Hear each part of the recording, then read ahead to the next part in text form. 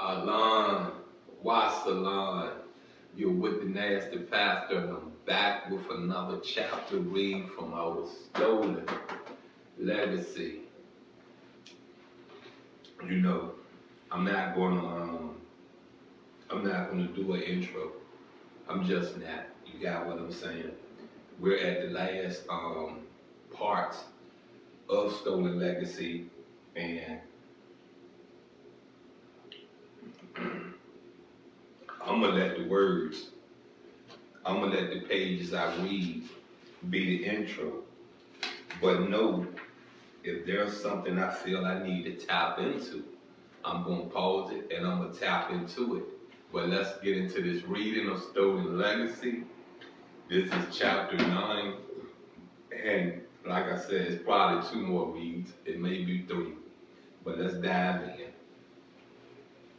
But our disturbed race relations have also another cause. This, I would say, is both supplementary and intensive.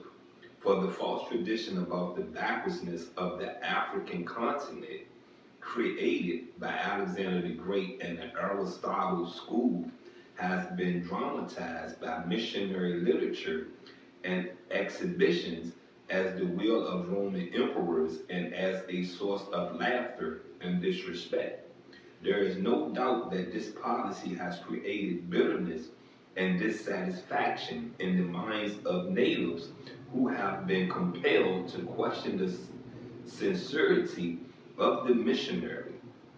In the meantime, missionary enterprise gains the sympathy and support of a miseducated world in order to carry on its program. You get it? A miseducated world in order to carry on their program? Come on now.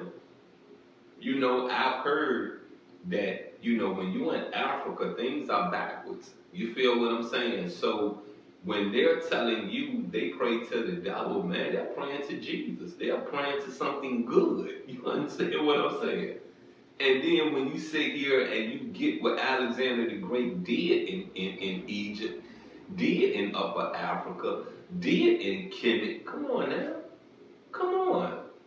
Come on. There's things that's been put in place before Christ that is still alive in this world, and we still is programmed every day.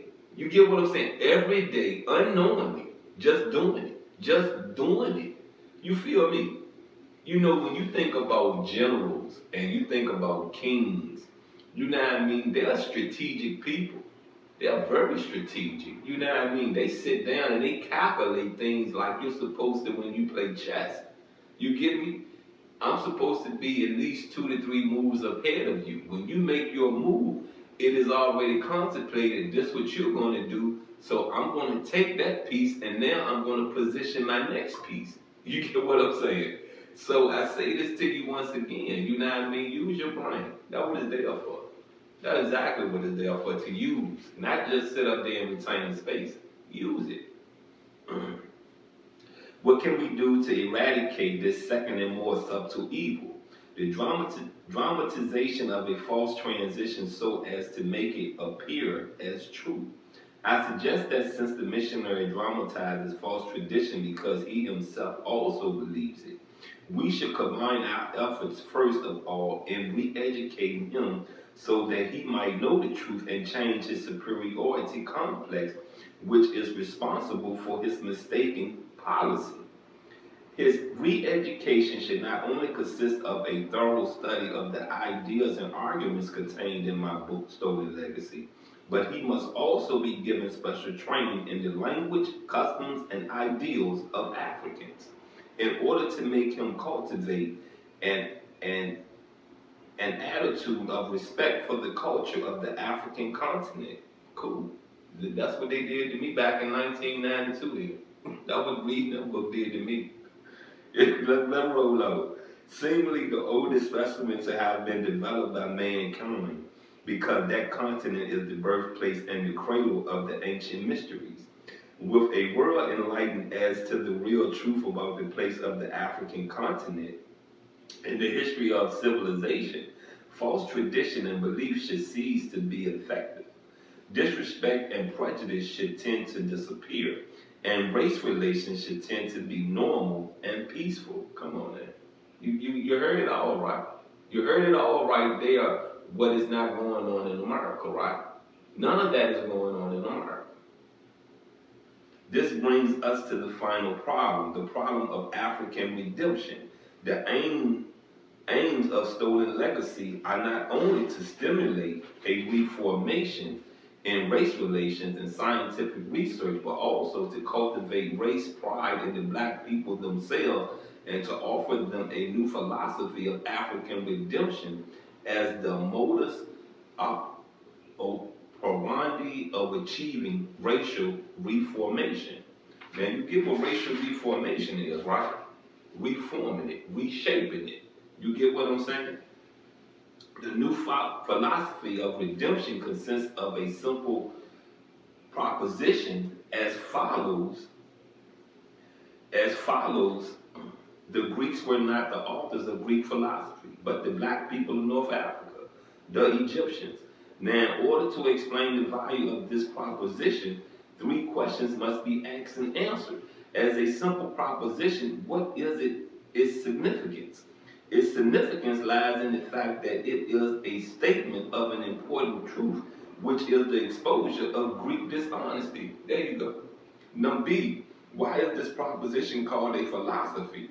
A philosophy is an accepted belief, and this proposition is a philosophy because it is offered as a belief worthy of acceptance, which means, you know what I mean, there's a lot of people, you know, you could find some fiction in it, you could find some untruth in it, but the masses have made it where that it's enough evidence out there to say, okay, it's a fact. You got what I'm saying? But then there's evidence that says it's not a fact. But it's so close to the truth that that's what it becomes, a philosophy. C, what is a philosophy of redemption? A philosophy of redemption is not merely an accepted belief, but a belief that is also lived in order to enjoy the benefits of its teaching. This proposition will become a philosophy of redemption to all black people when they accept it as a belief and live up to it. This brings us to our final question, and that is how to live up to this philosophy of redemption. In other words, how shall the black people work out their own salvation? Come on, man. Come on. You know, I just asked, you know, my question to anyone, not of the black community, not of the black race, you know, I get you may understand, you may feel our emotions, but do you really understand the way of life of the black American, of the black African American, of the African? Can you? Do you really understand the culture? Do you really um, get that there's a difference in all cultures? You know, I would never go into the Asian community and tell them anything about their community. I would never go into the Mexican community and tell them what they should be doing. You understand what I'm saying? I don't know their community 100% to understand their way of life. You get what I'm saying? Their way of life is totally different from mine. You get it? Totally different. We may be minorities. We may have that in common, that we are minorities. But what we don't have in common is the background, is the struggle. Your struggle, not mine. You understand me? It's not mine. It's not mine. You get it? My struggle is not yours. It may have some similarities to it, but they're different. They're very different. From the outset, my readers and co-workers in the solution of a common problem must be reminded that our philosophy of redemption is a philosophical process involving a change in belief or mentality to be followed by a corresponding change in behavior. There you go. There you go. It really signifies a mental emancipation in which the black people will be liberated from the chain of traditional falsehood, which for centuries has incarcerated them in the prison of inferiority complex and world humiliation and insult. Let's go on, wrap this read up, and just know, you know what I mean. Just really know that we have to. You get what I'm saying? We have to, as a race, really really buckle down and get an understanding what's really needed. You feel what I'm saying? And first of all, what's needed is guidance, is the truth. You know what I mean? And you know, it's not a lot we could do for those that are up in age, but we could start with our kids. We can start making a change in the black community with our kids. If we all can get on one accord of respect, if we all can get on one accord that there's only one word delivered through many messengers, the black community will get back right, for real. You know, there are some things that we have allowed outsiders to come in our community and divide us. And we're divided because of poverty.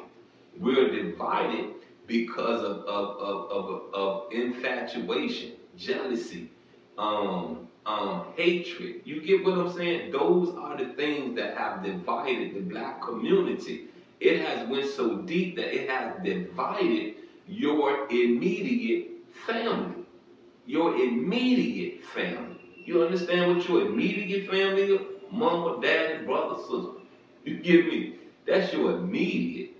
Everything I've said, jealousy, hatred, lies, the untruth, it divides your family. It divides your culture.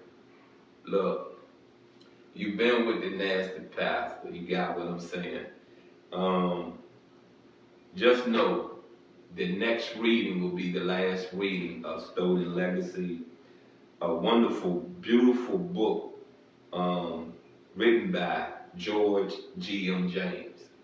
And I say this to you like I said in the reading, you know what I mean? Reading that book, Stolen Legacy, woke me up in 1992. It wasn't a all-going change overnight. But like I said, and I'm honest in things that I say, I'm honest in my actions. I'll be transitioning my life until the day whom I pray to call me home. You get me? Every day I'm trying to better myself. If you understand that, every day. And you need to know, you know what I mean? You need to really know that, you know, the most strongest person of their faith, of their beliefs, you know, their strength, you get what I'm saying? They can fall short. Yeah, they can fall short. If you really look at some of these successful pastors, you know what I mean, they'll fail short. They'll fail short. They have a congregation that's still hanging on to them, but they'll fail short. Anyway, I'm out, and I love you.